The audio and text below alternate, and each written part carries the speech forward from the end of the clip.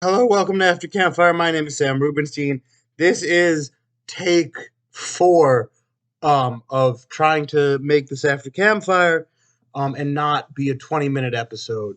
Um, Last one that I did came in at about 27 minutes, so I've cut all the editing and cute things and everything. I've cut out Henry's birthday video.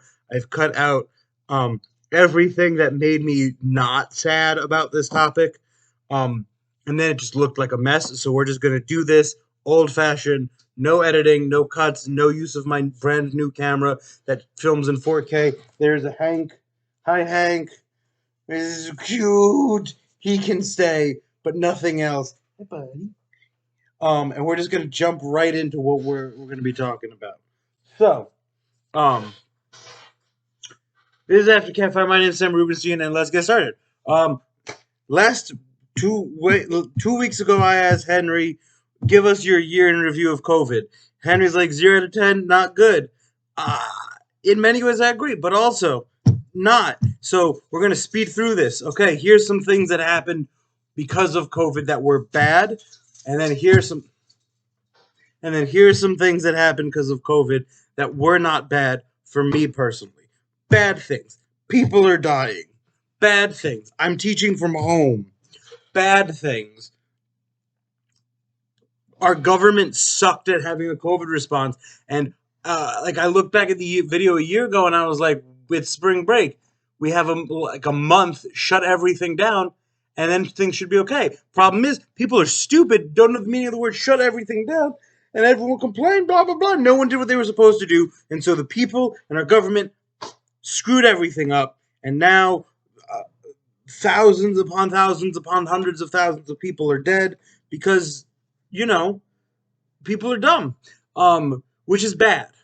Additionally, I'm not going to see my students in person at all this year. They announced about a week and a half ago that we are virtual until September, which is insane, but makes sense with how my district is.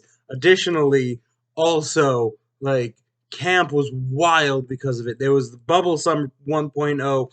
We're going to have Bubble Summer 2.0. Um, Wild. Also, bad things that happened personally. So in December 2019, I published a book, and I had a whole book tour planned for March, April, May, and June, and then didn't get to do any of it because there was a global pandemic and all of my shows and performances got canceled. So I never really got to do my book tour, which is heartbreaking because like that's something I was looking forward to so much. Um, and here I am now, over a year later, um, and my book still has not gotten its proper book tour, which sucks. What else for bad things? Oh, there were so many bad things. My depression in like from March through till like June was awful. Like really bad, like the worst it's ever been. I started taking antidepressants at a certain point. It was the worst it had ever been because I was living in a studio, working in the studio, and there would literally be weeks, physical weeks, where I did not leave the one room that I lived, and that is just not good for your mental health. Like it isn't. I felt like a prisoner in my own life, and it was awful. Um, so those are a bunch of terrible things that happened, and like a lot of my friends lost their jobs, and I'm lucky because I'm a teacher. I kept my job, but like it made it so much more difficult, especially because my district wasn't really sure how to do virtual, um, and still really isn't. So bad things. All right, we got that's 4 minutes. Let's keep going. Positives, like this, and this is the thing. I had actually personally a really productive year. As bad as COVID was, as bad as 2020 was, as exhausted as I was, it was a really beneficial year for me. Um, I was able to keep my job. I'm still active and like effective as a teacher, which is awesome. I started my own business, which we go live in like a week or two for registration. Yay.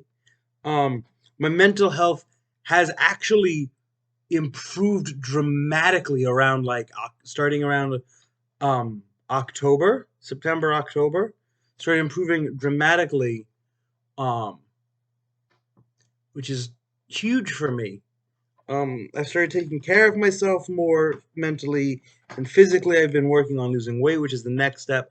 Um, I was able to go to camp last summer because I knew we were virtual. And because we were virtual, I was then able to have my surgery at the end of August. And as a result, um, go to camp. Additionally, I was able to get surgery this year, um, which is huge because I'm not the kind. I don't know if I would have been able to mentally time it, but COVID allowed that to be a thing that I could do. So I was able to get surgery, and I know it sounds stupid, but it's so weird going from having legs that don't work to having legs that sort of work. I can do a plank on my arms for 1 minute and 10 seconds now, which is awesome. I can also run, like not well, and not for long periods of time yet, but like I can run like from stop to start moving, which is huge for me. Um, Additionally, I was able to organize and start writing and a second book, which hopefully will come out in September. Um, I was able to put out a whole new stand-up comedy show, which is awesome. I was able to focus on my business. I was able to move into a larger apartment. I was able to get a hanky. I I was able to do a lot more because of the freedom and time that I had because of COVID. I had so much time this year to spend on my personal development and my growth as an individual. And not everyone did that, and that's fine. There's a global pandemic going on. Like, this is not me shaming you if you didn't make your life suddenly better. This is me saying I would never have had this opportunity otherwise. And these were things that I had been wanting to do. I had been wanting to upgrade my life and make it better, and I wouldn't have had time if I was in person. I wouldn't have had time in a lot of different ways, and so that is a huge benefit for me. So that's one thing. Um, Next thing is Henry's question. We're at 8 minutes. We are cruising by and hopefully going to end before the 20-minute mark. We're going to see how this goes as I try to speed through this without getting depressed, and I'll eventually like make edits and changes so that we can have like Henry's birthday video just as like his own video on the channel. That'll be hilarious. Henry will never know what's gonna happen. What if it's suddenly in the middle of like June and bam, Henry's birthday video? Getting distracted and we have to like finish before the 20-minute mark. Henry asks, where would you be if there was no COVID? And the answer to that's relatively straightforward. Here's some things that would have happened. One, I wouldn't have gone to camp last summer at all. I needed hip surgery, and it was either do it and not go to camp so that I can work, or go to camp and not have a job in September. And as much as I love camp, capitalism demands my full attention sometimes, and that's very sad but true. So I wouldn't have gone to camp. Um, and so that's wild to think about. Additionally, I don't know if I would have gotten my book finished, or as close to done as it is right now. I would have had my book tour, which would have been awesome, and I would have gotten to tour with the stand-up show that I wrote, as well, which would have been awesome and great. But on top of that, like, I don't think I would have spent as much time working on my own mental and physical health. I don't. I would have maybe started my business because I started thinking about doing that in May, and then was like, I'll do it when I get home from camp, and I have been doing it since I've been home from camp, and like it's great. but I don't think it would be as far along. I think that it would still be in its early stages because I think I wouldn't have taken as much time for myself to make it happen. Um, which is, like I said, what this year provided me. I don't know where I would have been. I know where I wouldn't be. I wouldn't be in the good mental space I'm in right now. As much as I'd love to pretend like, I would have gotten here eventually, the biggest thing that COVID did was kick my butt, and force me to have to reevaluate what I want my life to be.